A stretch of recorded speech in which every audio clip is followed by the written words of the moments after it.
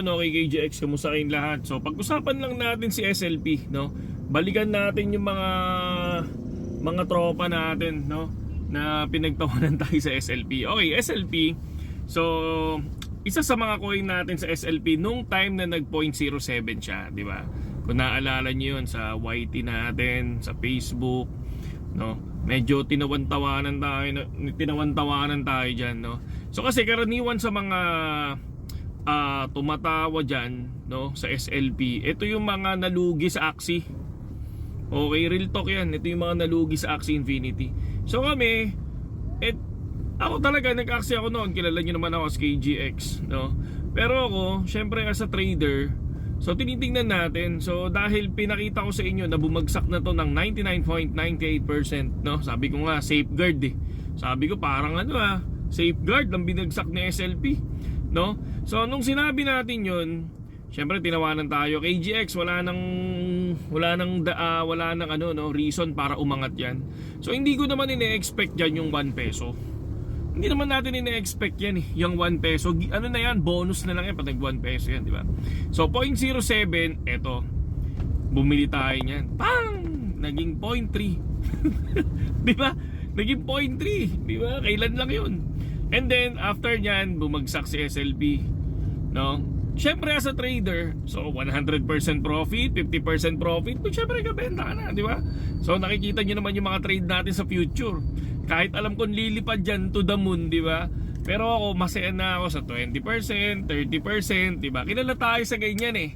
Sa 20, 30, tapos kapag nag-TV tayo dyan, hihintayin natin bumalik lang ng konti, mag-pullback ng konti, re-enter na naman, di ba? Parang yung kahapon, Pepe, di ba? So okay, nag-TV tayo sa Pepe, kita nyo naman yun, nakapost yun.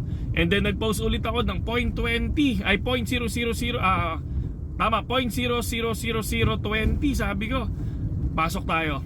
Okay, o ngayon 0.00022. O paldo, congratulations sa inyo. Di ba? So, as a trader naman, syempre buy low, sell high. Di ba? Hindi naman kami bibili ng ng SLP na sobrang dami, di ba, ng mataas pa. Hihintayin mo talaga yan, mga idol, no? Kaya yung mga pumapasok sa crypto, aralin nyo. Huwag yung papasok kayo kasi hype-hype, di ba? Nakikinig kayo dun sa mga ibang influencer na super hype pagdating sa crypto, di ba? So, iwasan nyo yung mga ganun, di ba? Mas maganda yung aralin nyo kung ano ba talaga cryptocurrency. Ano ba bull market? Ano ba bear market? Di ba? Ano ba yung sideways trading? Ano ba yung downtrend? Ano ba yung uptrend? Ayan. Yung mga binibidyo ni Dr. Momentum, yan. Yung sa mga bago, yan, panoorin nyo si Dr. Momentum. Para at least kahit paano matuto kayo no, yung mga kung paano magsimula, di ba? So napakasimple lang mga idol. So congratulations din to. Tapos tayo, di ba? O nag-call tayo ng 0.1, di ba? SLP 0.1. O ngayon 0.4. Di ba? As a trader ganun yun. Hindi ka no? Buy low, sell high nga eh. Hindi yung buy high, sell low, di ba? So yun lang yun. Okay. So parang ngayon sa community namin, I think naglabas ako ng parang 9 trades, no? Actual yun, yung mga sinasabi ko na papasukin natin. So far, natalo tayo kay Link lang. Si Link kasi ang taas ng leverage ko. Nag 15 times 15 leverage ako kay Link. And ang nangyari doon, medyo nakuha yung cut loss natin. Pero yung ibang mga tropa, hindi naman nakuha yung cut loss nila. Maganda yung trading nila kay Link. Ako lang talaga yung, kung sino pa yung nag-TA, ako pa yung natalo, no? Pero goods naman yung iba. Okay, yun lang sa inyo, yun lang KGX. At mabuhay tayong lahat. Sa mga wala pang BitGet dyan, mga idol, no?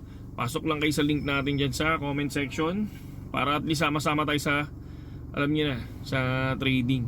Kasi yung mga isasama ko sa Telegram under my link. Okay? So pero syempre muna tayo, no, Facebook muna tayo para makita nila. Kasi once na nag-open ako ng Telegram, hindi na ako masyadong mag-open ng trade sa Facebook. Okay? No, sa ngayon, samantalahin nyo yan, mga tropa. So kung manalo tayo sa trade, sama-sama tayong panalo.